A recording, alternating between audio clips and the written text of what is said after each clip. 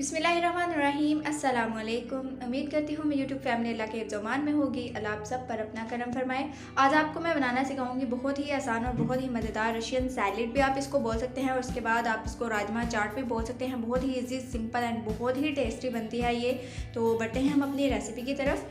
यहाँ पे मैंने लिया है इमली ली है मैंने। आप अपनी क्वांटिटी के हिसाब से इमली ले सकते हैं। इमली ली है, इसको 1 घंटे के लिए मैंने भिगो दिया था। अब इसको अच्छी तरह से हाथों से मैश करने के बाद मैं इसकी गुठलियाँ जो है वो अलहदा कर लूँगी और इसकी अच्छी से ग्रेवी बना लूँगी। बिल्कुल हाथों से बनेगी ये, आपको ग्राइंड करने की बिल्कुल भी ज़रूरत नहीं है इसको। ये देख लें आप, इसकी एक ग्रेवी बन चुकी है। इसके बाद यहाँ पे मैंने बड़े साइज़ का एक प्याज लिया था, इसको मैंने चॉप कर लिया है। उसके बाद 2 खीरे लिए थे मैंने, इसके बीज को अलहदा कर लिया था मैंने और इसको भी चॉप कर लिया है। उसके बाद 2 बड़ी शिमला मिर्चें ली थी मैंने, उनको भी मैंने चॉप कर लिया है।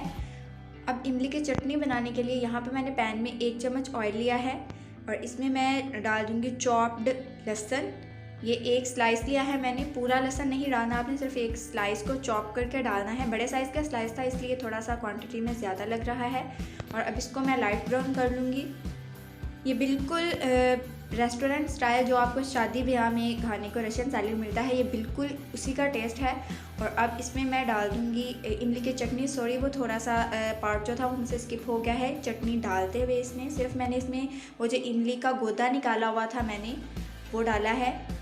और इसमें अब मैं डाल दूँगी थोड़ा सा पानी, क्योंकि इसने थोड़ा सा पकना है, थोड़ा सा थिक होना है, इसलिए मैं इसमें थोड़ा सा पानी डाल रही हूँ। तकरीबन आप 1 कप पानी डाल दीजिए, स्मॉल कप जो हो।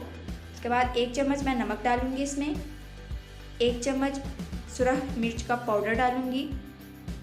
आप फ्लेक्स भी इस्तेमाल कर सकते हैं। और इसके बाद मैं तकरीबन ½ चम्मच जो है वो मैं डाल दूँगी इसमें काली मिर्च का पाउडर और इसको मैं पकने के लिए छोड़ दूँगी। 2 से 3 मिनट के बाद अब हम इसमें 1 से 1.5 चम्मच जो है वो मैं चीनी ऐड कर दूँगी, क्योंकि ये चटनी जो है ये खट्टी मीठी होती है, इसलिए इसमें मैं चीनी ऐड कर रही हूँ। आपने ना ही इसको ज़्यादा पतला करना है और ना ही ज़्यादा थिक रखना है। यहाँ पे ये रेडी हो चुकी है। अब इसको हम ठंडा करने के लिए छोड़ देंगे। यहाँ पे मैंने लिया था 1 पाव तकरीबन राजमा है ये, इसको मैंने बॉईल कर लिया है। और अब हमारे पास ये जो शिमला मिर्च, उसके बाद खीरा और प्याज था चॉप किया हुआ, उसमें हम ये राजमा जो हैं ये ऐड कर देंगे। और अब इसमें मैं ऐड करूँगी 1 टीस्पून नमक, 1 टीस्पून रेड चिली यानी कि सुरख मिर्च एंड ½ टीस्पून मैं इसमें काली मिर्च का पाउडर यानी कि ब्लैक पेपर यूज़ करूँगी। और इसको मैं अच्छी तरह से मिक्स कर लूँगी। बिल्कुल इसका टेस्ट आएगा आपको जैसे कि आप किसी शादी ब्याह में रशियन सैलेड खाते हैं, बिल्कुल इसका उस तरह से टेस्ट आएगा।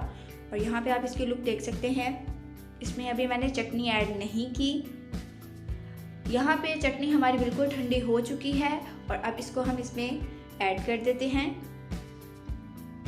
इस तरह से आप फैला के थोड़ा सा ऐड कर दीजिए। और यहाँ पे इसको हम अब मिक्स कर लेंगे। बहुत ही इजी, टेस्टी एंड बहुत ही सिंपल है। बहुत जल्दी आप इसको घर में बना सकते हैं और बिल्कुल ये टेस्ट जो है रेस्टोरेंट स्टाइल आएगा।